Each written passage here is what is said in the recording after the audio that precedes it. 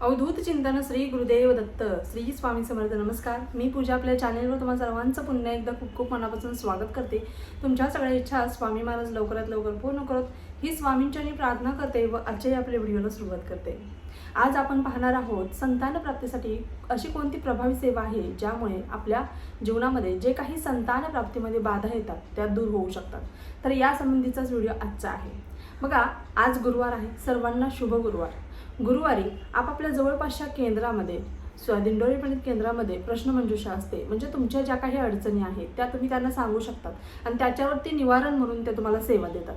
आणि याच्यातलीच एक प्रभावी सेवा म्हणजेच ही संतान प्राप्तीची सेवा आहे जी केंद्रातून दिलेली आहे आणि ती तुमच्यापर्यंत पोहोचवण्याचं काम मी करत आहे. तर काय करायचं आहे आपल्याला? संतान प्राप्तीसाठी आपण बघा भरपूर प्रयत्न करतो.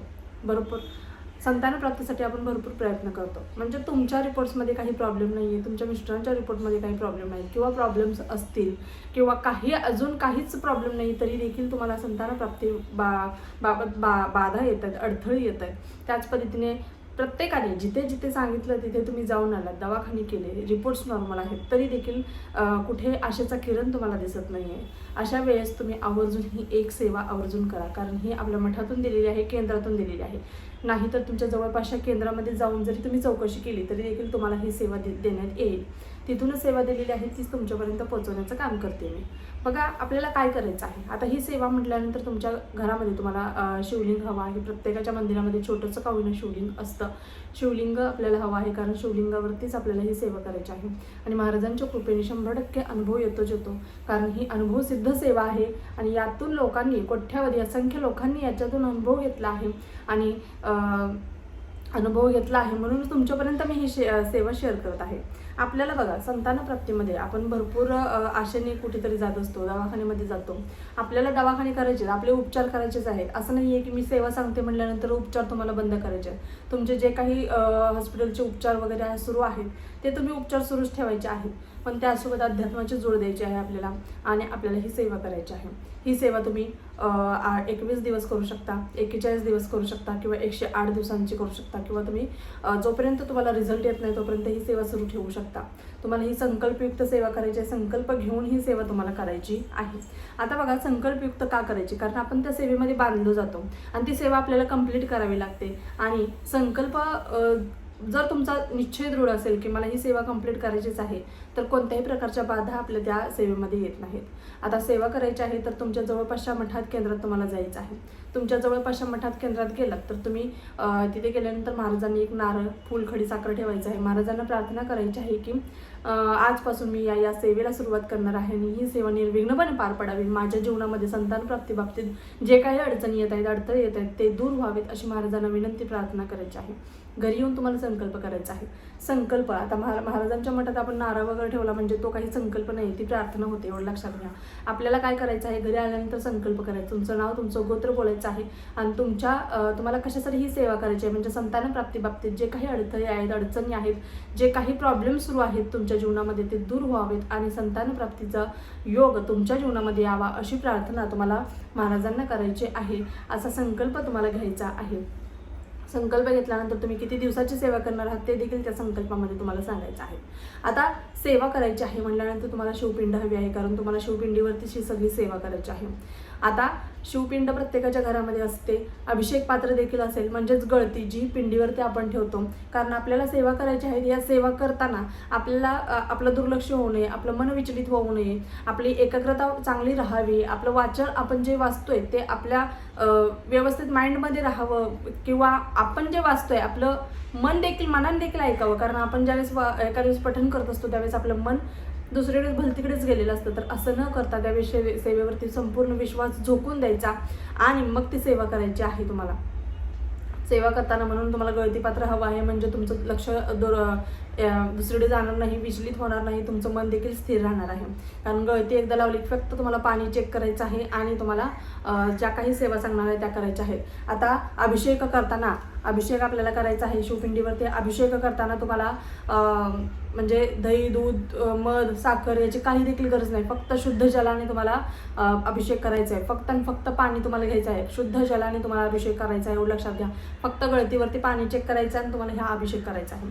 आता कोणतीही सेवा करताना आपण गणपती बाप्पाच्या पूजेने सेवा करत असतो, बरोबर. त्यामुळे अभिषेक करताना सगळ्यात अगोदर तुम्हाला अथर्वशीर्ष गणपती बाप्पांना प्रार्थना करायची आहे आणि तुम्हाला अथर्वशीर्ष 1 वेळा पठण करायचं आहे, 1 वेळा अथर्वशीर्ष पाठ करायचं आहे. नंतर 1 वेळा पुरुष सुक्तम बोलायचं आहे. संस्कृतमध्ये बोला, प्राकृतमध्ये बोला, तुमच्या इच्छेने तुम्ही बोलू शकता. 1 वेळा तुम्हाला श्री सुक्तम बोलायचं आहे. नंतर तुम्हाला रुद्रपठण जे आहे ते रुद्रपठण करायचं आहे. त्याच्यावरती सेवा मोठी असणार आहे अर्थात, त्यामुळे तुम्ही तुमच्या घरातली सगळी कामं असतील ती आवरून घ्यायची आहे, देवपूजा करायची आहे, मग सेवेला बसायचं आहे. 1 वेळा रुद्रपठण झाल्यानंतर शिवमहिम्न स्तोत्राचं तुम्हाला पठण करायचं आहे. 1 वेळा शिवमहिम्न स्तोत्राचं पठण करायचं आहे आणि नंतर तुम्ही 11 वेळा महामृत्युंजय मंत्राचं पठण करायचं आहे. एवढी सेवा असणार आहे. याच्यामध्ये 1 माळ श्री स्वामी समर्थ या षडाक्षरी मंत्राची देखील तुम्हाला घ्यायची आहे. कोणतीही सेवा करताना आपल्या गुरूंना साक्षी धरून आपल्याला सेवा करायची असते, लक्षात घ्या. त्यामुळे आपल्याला या सेवेला सुरुवात करताना आपल्या सर्व देवी देवतांना, आपल्या पितरांचा, सगळ्यांचा आशीर्वाद घ्यायचा आहे, सर्वांना नमन करायचं आहे, आपल्या कुलदेवतेचा, आपल्या ग्रामदेवतेचा आशीर्वाद घ्यायचा आहे. नंतर ह्या सेवेला सुरुवात करायची आहे. सेवा तुम्हाला मी सांगितली, कळली असेल बघा. 1 वेळा गणपती अथर्वशीर्ष, 1 वेळा तुम्हाला पुरुष सुक्तम, 1 वेळा श्री सुक्तम, 1 वेळा रुद्रपठण आणि 1 वेळा तुम्हाला शिवमहिम्न स्तोत्राचं पठण करायचं आहे. तुम्हाला 11 वेळा महामृत्युंजय मंत्राचं पठण करायचं आहे. 1 माळ तुम्हाला श्री स्वामी समर्थ या षडाक्षरी मंत्राची घ्यायची आहे. एवढ्या सेवा असणार आहेत. त्यामुळे अभिषेक करताना ताट मोठं घ्या, त्याच्यामध्ये शिवपिंड तुम्हाला व्यवस्थित ठेवायची आहे. तुम्हाला अभिषेक करायचा आहे. आता हा सगळा अभिषेक झाल्यानंतर तुम्हाला शिवपिंड जिथे होती देवघरामध्ये तिथेच ठेवून द्यायचे आहे आणि तुम्हाला ते जल आहे ते नवरा बायको दोघांनीही अर्ध करून पिऊन टाकायचं आहे. दुसऱ्या कोणाला तीर्थस्वरूप म्हणून हे जल द्यायचं नाही. फक्त तुम्ही दोघांनीच प्यायचं आहे. काही कारणास्तव तुमचे मिस्टर तुमच्या जवळ नसतील, तुमचे मिस्टर कामानिमित्त बाहेर असतील, तर तुम्ही आत्ता सेवा सुरू करा. ते जल फक्त तुम्हीच ग्रहण करायचं आहे. जेव्हा तुमचे मिस्टर येतील त्यावेळेस सेवा होईल त्यावेळेस त्यांना द्यायचं आहे. किंवा नाहीच येऊ शकत त्या सेवेदरम्यान ते, तर तुम्ही एकट्याने जरी ही सेवा करून जलप्राशन केलं तरी देखील चालणार आहे. अशा पद्धतीने ही सेवा असणार आहे. आता बघा, ही सगळी सेवा झाल्यानंतर जलप्राशन केलं आणि शिवपिंड आपल्या आहे त्या जागेवरती तुम्हाला ठेवून द्यायचं आहे. बाकीचं काही देखील तुम्हाला करायचं नाही आहे. पण रोज ही सेवा सकाळीच करण्याचा प्रयत्न करायचा आहे. सकाळी 12च्या आत ही सेवा तुम्हाला करायची आहे. ताई 12 नंतर करू का, संध्याकाळी करू का, असे प्रश्न करू नका. शक्यतो सकाळी करण्याचा प्रयत्न करा आणि पहाटे जर सेवा केली तर अतिशय उत्तम आहे. कारण ब्रह्ममुहूर्त असतो आणि या मुहूर्तावरती केली गेलेली कोणतीही सेवा म्हणजे निष्फळ होत नाही, ती फलित होते. त्यामुळे नाही शक्य ब्रह्ममुहूर्तावर तरी देखील 12 वाजेपर्यंत, 12च्या आत तुम्हाला 11:30 पावणे 12पर्यंत तुम्ही ही सेवा कंप्लीट करू शकता. अशा पद्धतीने ही सेवा करायची आहे. सेवा म्हणले की प्रत्येक गोष्टीचं नियमाचं पालन आलं. ज्या दिवशी घरामध्ये मांसाहार होतो त्या दिवशी घरामध्ये ही सेवा करायची नाही, त्या दिवशी हे जल ग्रहण करायचं नाही, तुम्हाला माहिती आहे. आणि जर संकल्पयुक्त सेवा जर आपण करत असू, तर संकल्पयुक्त सेवा जर करणार असेल तर आपल्याला कोणत्याही प्रकारचं मांसाहार घ्यायचं नाही. कडकडीत मांसाहार वर्ज्य आपल्याला असणार आहे. जर संकल्प न घेता तुम्ही सेवा सुरू केलेली असेल तर तुम्ही ज्या दिवशी मांसाहार आहे त्या दिवशी तुम्ही घरामध्ये ही सेवा करायची नाही, जलप्राशन करायचं नाही.